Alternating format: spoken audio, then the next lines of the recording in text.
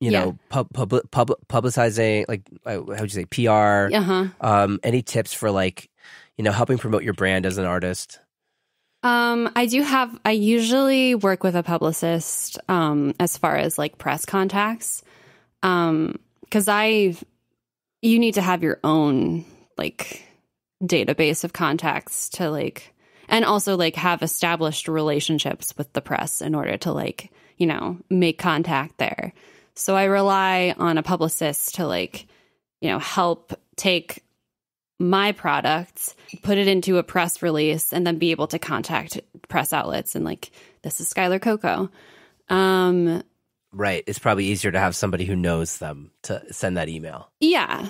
But it's also good to like have a publicist who understands your brand and like knows what you want to put out in the world and like what type of coverage you want. Like for the drive, I knew that I wanted to target, you know, outlets that cover women, outlets that cover queer women, things like that. Like that's the type of fan base that I'm going for. So yeah, it's just very helpful to like have someone working with you that like really understands your brand. But I, on the other end, have to put together that package.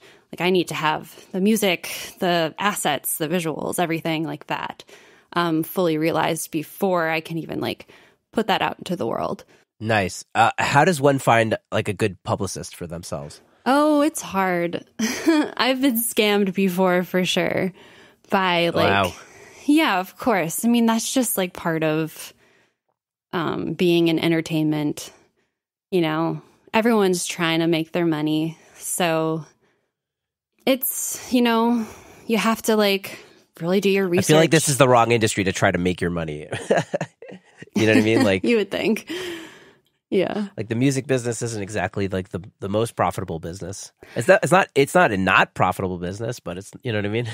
Yeah, but a lot of people do it for the wrong reasons where they're just like, I just want to be famous. So of course, like PR firms are going to be like, oh, we can make you, we'll get you there and it's going to cost this amount of money. But for me, it's like I'm using PR as a means to discover new fans. And for the existing fan base I have, to have, you know, to understand my writing process, you know, through interviews, things like that, to sort of like get to know me more. But yeah. It's difficult. You have to do your research on PR firms, see what kind of artists they choose to represent, what type of coverage that they get, and also like how well their music is doing too, because you're not going to get like hundreds of thousands of streams from like blog coverage. You need to be able to like reach out to playlisters too. Like they sort of need to be like a jack of all trades and be able to like have as many different outlets as possible to get your music out there. Yeah, the internet is so great because it enables everybody to just like do it themselves and really like make their art. But it becomes so hard to distinguish yourself amongst all the noise, and you have to do every little thing to do. You know what I mean? I feel like it's so exhausting. It is, and I've gotten to the point where like I can't manage myself, and I can't be like the business representative of my music anymore. So I have been building a bit of a team to help with the business side of things, like especially with like collecting royalties. It's for years I've had publishing royalties that just I don't know where they are. Like, oh my God. But now I do. It's like when you're a musician and a songwriter and you just really want to focus on your art, it's hard to also, you know, represent yourself in the business regard. Because you need to have that knowledge. You need to know like where to even begin with that. Like, how do I capitalize on this? So yeah, I've been transitioning read up, right? Like, right. I mean, I spent all these years like honing my craft as a producer and, you know, writing music and doing all these creative things where like you need to focus that energy also on the business side if you want to like actually get somewhere with that. And it's very difficult to do both at the same time. Yeah. do you like schedule like days to do business and days to do creativity or Oh no, it's all over the place. That's why I've enlisted more of a team to, dedicate. They have those responsibilities, but like answering emails and things like that, it's hard when like I will be in a session for 6 hours and then like you remember, oh, I forgot to respond to that label. Like, what am I doing? So yeah, it's hard. It's not like I can just set aside time and focus on that, because it's like every day there's something different that comes up when on the business side. Yeah. It's hard to stay focused when you have to be so reactive. Yes. Yeah, I guess let's talk a tiny bit more about working with other artists as a producer yourself. I guess let's just talk about communication. Like, how do you communicate, their desires with, your skill set and stuff like that? Okay, so a lot of the artists that work with me trust me, which is fantastic. I have never gotten myself in a situation where an artist hears what I've envisioned for their song and they've been like, you totally missed the mark. Usually I listen to a lot of music. I love almost every genre of music, and I can produce in mostly every genre.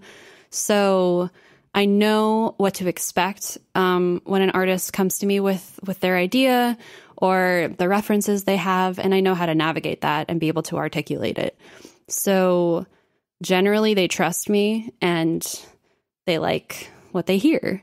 So I've never run into an issue where they've been like, this is not it.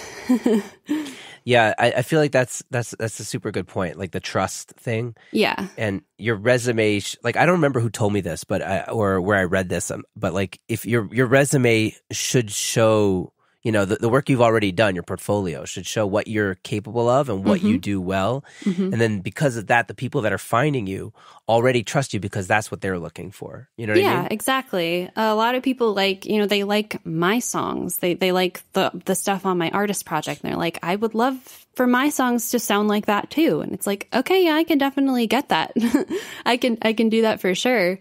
So a lot of people like when I blend, the natural sound that comes from like me producing music with their sound. And like, I'm really just trying to like elevate and help them realize their own sound. And it's, I'm happy to contribute in any way that I can. Yeah. You need to double down on your own, what makes you unique as a producer, I think. Like, yeah, like having a signature sound. Like I can't fully pinpoint what mine would be. It's so hard to like say what my signature sound is, but it's really just like, it's just me producing it. I don't know. Yeah, no. You definitely have a sound. I love it. And you got to keep at it. Keep doubling down on it. Yeah. Yeah, definitely. Do you send out for mastering? Yes. I can't master. It's one of those things I just never got around to figuring out. I've tried. Yeah. But that, that's like a lot of there's a learning curve to it. And also like I wouldn't even recommend a mixer to also master the song. Yeah, even me and neither. The producer too. Like I think you need a fresh set of ears to get, the finished product at that point. Yeah, absolutely. Do you have a specific mastering engineer that you work with? Yeah, my partner. Oh, nice. He's awesome. I mean, he's a producer. He mixes, he masters. I think it's good when I've like produced a song, sometimes we've done like co-mixing or, the vocal production. We'll work together on that. But he's not so involved in the production where like he knows the song like and has heard it so many times where like he might not be able to like get it to that final stage. So he'll come in after I've like given like a fully produced mixed thing, and then, he can master it at that point. So yeah, I think it's good to have other people involved in your music. I've worked with other mastering engineers too, but yeah, I can't do it myself. And I'm totally fine to admit that. Yeah, it took me a long time to admit that also. But yeah, I mean, I've said this a lot on the podcast. I have no objectivity by the end of a mix. And those last those I last don't, little tweaks, Yeah, I don't even know what happens. It's so funny when people ask me like, so what exactly does it mean to master?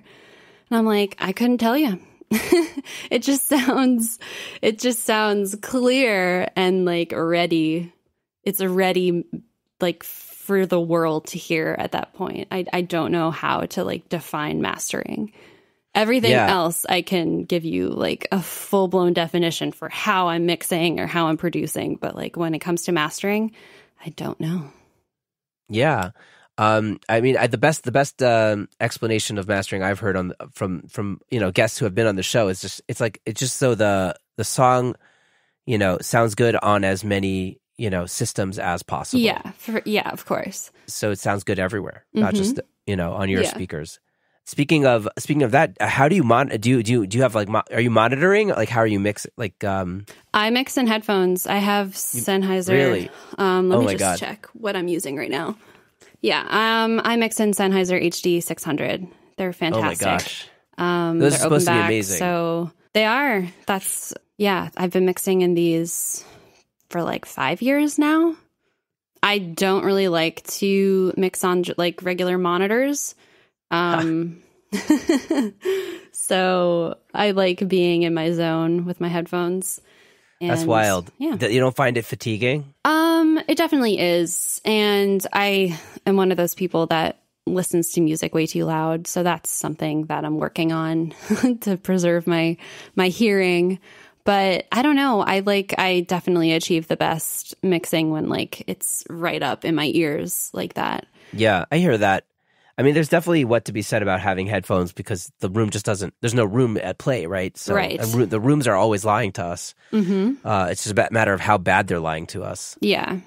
But I can't work for more than, I don't know, 20 minutes to an hour on headphones before my ears start to... Yeah, I can't do it. These are very comfortable. Yeah. It feels like you're... Yeah. Those... Maybe these Sonys are great for tracking because they're... For sure.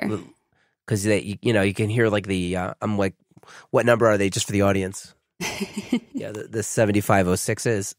They're they're very bright, so you can hear the sibilants and stuff, and they don't leak. They exactly. don't bleed. Yeah, good tracking headphones. I don't track in my mixing headphones. They're just, I don't know. They feel very comfy, and I can go for hours with these on. Wow, man, I got to try those out sometime. Yeah. Amazing. I just want to ask you, like, this is maybe a stupid question. What's your go-to reverb? Because I love the reverbs on your tracks. Oh, I'm a Valhalla girl. Valhalla vintage verb. Oh, yeah, nice. Particularly the 1980s switch. I am obsessed. I usually put it on a bus. I'll put reverb on anything, honestly. I'm the worst when it comes to that. But yeah, my vocals... It's back, though, it's hip. Yeah. I'll also put a bus reverb on, like, my delays, too, for my guitars. Yeah, Valhalla's great. I used to use this other one, but I think I forgot to install the plugin. I'm trying to see. There was another one that I was using that was, like, this weird plate reverb. That was very nice. But yeah, I just use Valhalla. Yeah, it seems to be the all-in-one that everyone is using these days. I got it and I love it. It's beautiful. I don't know. It's got a lot of depth to it. Yeah, so I want to ask you this question, which is a question that I've asked like pretty much everybody on the show. Mm-hmm. Looking back on, let's say, stuff that you either did or didn't do at the beginning of your journey, what would be one lesson that you'd want to impart to somebody who's kind of more at the beginning of their journey than you are about something to either do or not do to like... Yeah, okay. Don't have success. Take a record label deal so early on.